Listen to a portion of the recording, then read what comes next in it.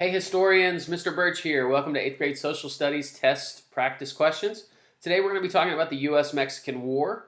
As always, when you see the question, press pause, take a moment to read and answer the question, then press play and we'll go over it together.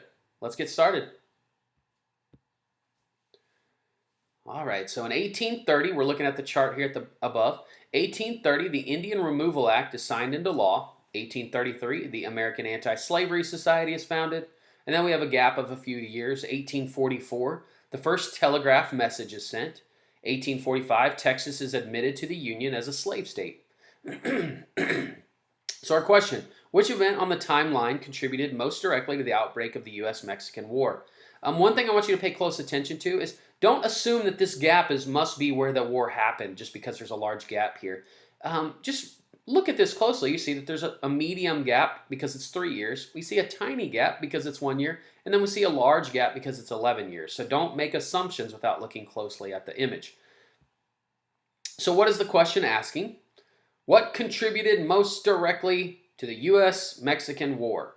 Which of these four things contributed most directly to the US-Mexican War? Well, what can I eliminate? Well, I'm going to say number one, which is 1830, the Indian Removal Act is signed into law. If you remember, the Indian Removal Act caused Indians from the southeast, mainly like Georgia and Florida area, to be forcibly removed from their lands. Andrew Jackson was a big part of this. On the Trail of Tears to the Oklahoma Territory, which was U.S. land to U.S. land. It did not affect Mexico, so I don't think that would make sense. And then number two, 1833, the American Anti-Slavery Society is founded. That's a society. That's not a governmental move or action. It doesn't change politics necessarily. It doesn't affect other countries. And so it doesn't make sense that that would really play a large role in causing a Mexican-American War. Well, what do we need to know? Well, we need to know this, that Texians defeated Santa Anna at San Jacinto on May 14th, 1836. This was not that long after the Battle of the Alamo, if you remember, where Santa Anna signed a treaty recognizing the independence of Texas. But Mexico never did necessarily as a nation recognize this independence of Texas. So when in 1845, just a few short years later, the United States annexed Texas, which just means that the United States took Texas in as a state. So Texas was no longer the Republic of Texas. Now Texas was the state of Texas as a member of the United States, right? So that did not help with United States-Mexican relations because Mexico said, well, Texas is still ours. And the United States, no, they said that they're a state in the Union now.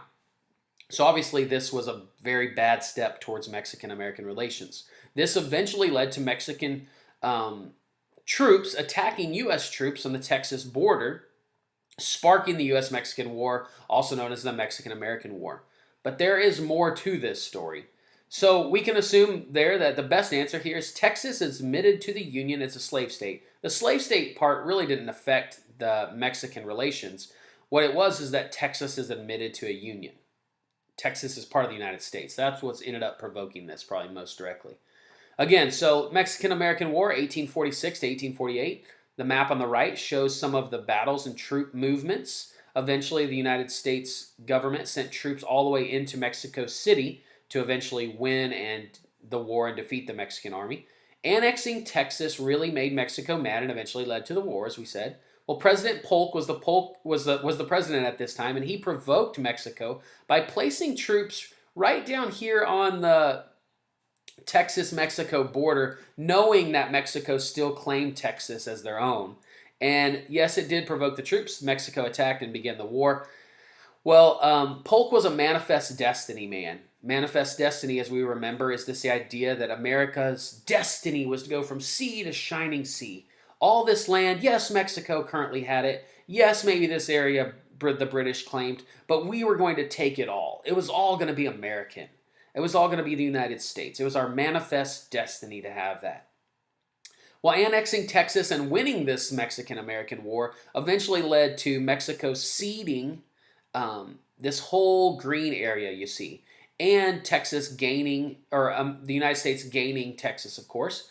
Well, this led to the United States getting California, Nevada, New Mexico, Arizona, parts of Utah, Colorado, Wyoming, and then obviously Texas. 1848, the Treaty of Guadalupe Hidalgo ended the war with Mexican secession. Like I said, Mexico ceded, they gave up the land. And in 1853, just a few short years later, the Gadsden Purchase was where the United States purchased this little chunk of orange land here, finalizing this manifest destiny, gaining parts of New Mexico and Arizona.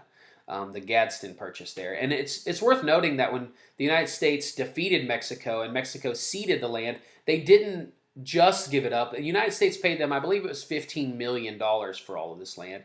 And then the Gadsden Purchase, we paid them another $10 million for that land. Again, a war had to happen for that to take place. But again, that's just a quick overview of the Mexican-American War.